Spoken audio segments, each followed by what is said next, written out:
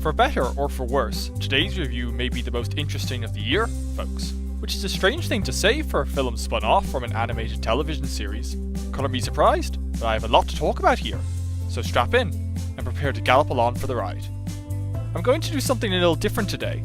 I normally review films for a general audience, at least under the possibly naive guise that any adult will watch an animated film. Today, though, I'm going to focus primarily on how well this film will work for the show's teenager and adult fan base. Not exclusively the hardcore fans, also anyone like myself, who's reasonably familiar with the show, as well as animation buffs, also like myself. Outside of existing fans, little girls, and willing parents, this film won't do much for others. It knows its audience, that's all. Older generations of My Little Pony absolutely were only for preteen girls, little more than merchandise to go with a bland series. But something strange happened with the series launched in 2010, Friendship is Magic. It was, and is, good. Whereas ponies of past shows, in the words of series creator Lauren Faust, just had endless tea parties, giggled over nothing, and defeated villains by reassuring with them or crying, these ponies had diverse personalities, were different in thought but remained friends, and weren't limited by what others said. Sure, it's still geared for little girls, using girly character archetypes, overflowing with cuteness, all that, but it does so in such a way that it could be proud of itself for doing so. And when the series launched, it didn't just become a hit with its demographic and their parents, it became a hit with teenagers and adults too, mostly males at that.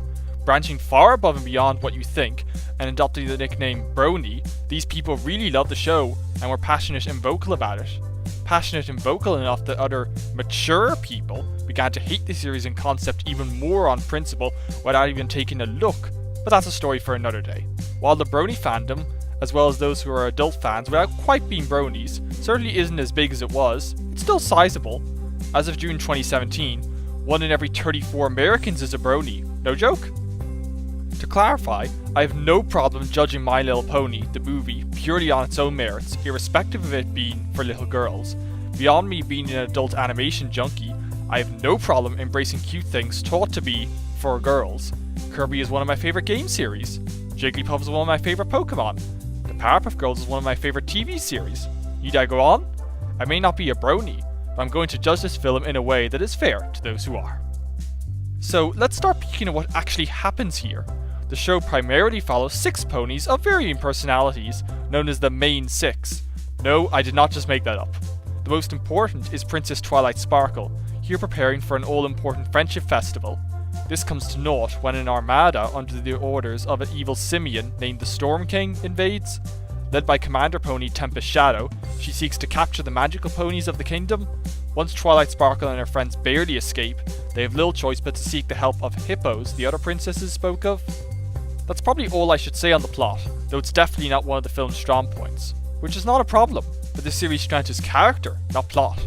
Episodes of the series were either slice-of-life episodes, and usually strong enough to stand with many of the best anime of the genre, or they were two-parters centered around a big event, often defeating the current big bad. Character build-ups and payoffs established beforehand help make the latter types of episodes just as good. So strong characters will be enough to carry this film, right? Well, the film has too many new characters introduced just for this film, a lot of whom just don't work. According to Word of God, by which I mean the main writer, Tempest's goofy hedgehog cohort exists purely to offset her dark demeanor, but even there, he isn't necessary, and actually does damage in taking away screen time from her. Skipping past a celebrity singer character that exists purely for Sia to sing the dance party ending song, because we know how well Zootopia handled that. The various characters the ponies run into on their journey add little either, beyond extending the film's runtime, all simply rogues that get predictably reformed by the ponies' actions to come back and contribute briefly in the third act. The only new characters that work are the villains. While she won't rank with the top villains of the show, Tempest is effective for very nearly the whole film, cased in silky menace that gives her effective presence. In some ways, the Storm King is even better, like the Disney villains we don't get anymore, or behavioural mood swings with a temper and just a bit crazy. The first scene these two characters share is unreservedly my favourite in the whole film, even if it is tonally at odds with the franchise. Alas, the Storm King simply isn't in the film enough, appearing once early on and then only at the third act.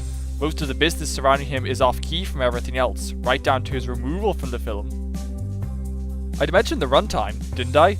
Amazingly, 99 minutes ends up being too long and too short, though mostly the first one. too long because the writers are veterans of half-hour television slots, there are precious few examples of television shows that make the jump to film without shaking off those roots, and this is not one of those cases.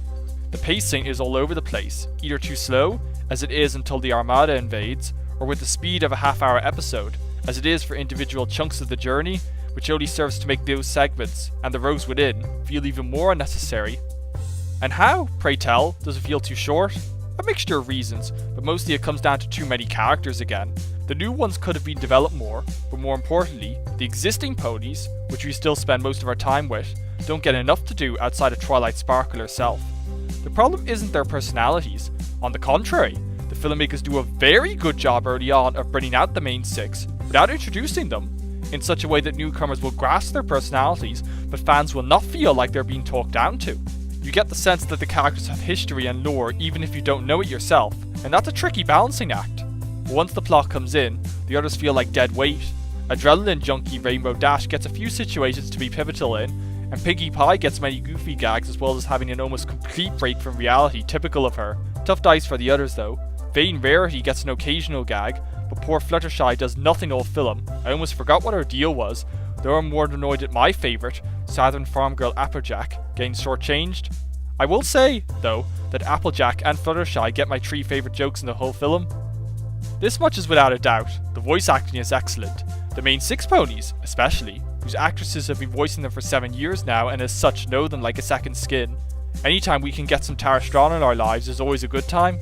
But the celebrities dragged in to voice the new characters are generally solid too, and they mostly fit their characters, which I did not expect. Though it's odd Emily Blunt puts on a nondescript American accent. It's not enough to help any past Tempest and the Storm King to make an impression, but at least they can sing. Much like the show, musical numbers pop up from time to time, though anyone expecting Disney-style brilliance will be disappointed. I would disagree with anyone saying they're bad either, though. I like a musical as much as the next guy, even if these songs don't do much for me. 3 tepid ones essentially serve to introduce new characters. Of the 2 remaining ones, one is a charmingly cheesy slice of life song of the main 6 early on, while the other is a villain song for Tempest. And now we come to the part of the review that matters most to me, the animation. Friendship is Magic was made in Adobe's Pro animation software, once known as Flash, and though it is undoubtedly one of the best shows produced that way, there was no way a Flash-based film was ever going to fly. Accordingly, the film is instead made in Toon Boom Harmony. That software can accommodate a wide range of visual styles, ranging from films like the Spongebob Movie, Sponge Out of the Water, all the way up to recent Disney films The Princess and the Frog and Winnie the Pooh. Accordingly, everything is certainly bigger and vaster, with sweeping camera movements that are scarce enough to lead me to believe the filmmakers were pushing their rumoured $8 million budget. Past that, subtle shading, thinner outlines, and involved character movement all abound. In theory, this all sounds great, but it ends up feeling very peculiar, especially on a big screen. It almost kills me to say it, being an animation buff who wants 2D animation back so badly, but the artists were trying too hard to upgrade, and the look can't help but feel misjudged in some aspects.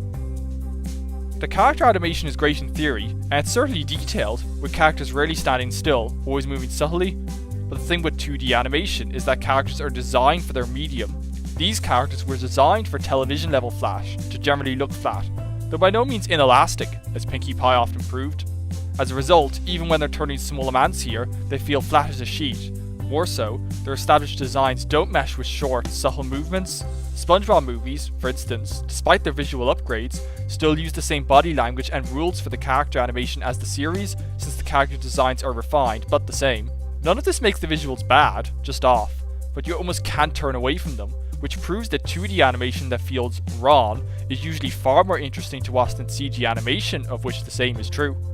But I do love the colour palette, allowed to engage in pastels and not stick to primary colours, just that it's soft and welcoming and never too saturated.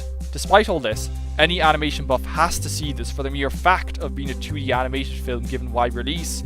We haven't had that since Sponge Out of Water, after all. So what will the fans think? Honestly, they'll wish it focused more on the ponies. Indeed, that would be my main change. Axe most of the new characters that aren't pivotal, thereby freeing up space for the 5 other ponies to get substantial things to do, as well as the aforementioned pacing and structural changes. I still enjoyed myself for a variety of reasons, which I think is the advantage television series, and subsequently films based off of them, can have. Familiarity and comfort with the world and characters can increase our enjoyment above and beyond what it might be otherwise. Thus, I suspect the fans that haven't seen it yet will definitely like the film, just for being a universe and characters they hold so well and dear in an epic adventure with stakes. That may be enough for many, and definitely for the little girls. Sure, the film has the same messages every episode, sometimes you'll fight with your friends, and it's important to stay close despite that, but to be anything else wouldn't be true to the spirit of the show, even if it's simplistic for adult viewers. And it does warm my heart that a film that, despite my focus for the review, is aimed at under 10s got a wide release, given how much of children's cinema these days is pitched higher than that.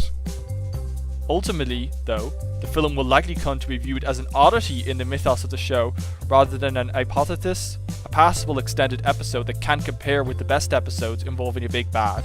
Expected for a film spun off from a TV show, alas, but it'll do for the fans and the little girls, despite being only passable. Still better than a fair share of animated films this year with nearly 10 times the budget, so that's saying something.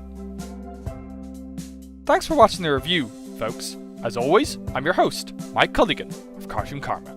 If you liked what you saw, leave a like or a comment, that'd be pretty neat. Subscribing will be even neater. Or you can check out my other videos, where I cover animation of all shapes and sizes. Perhaps even follow the channel on Facebook and Twitter.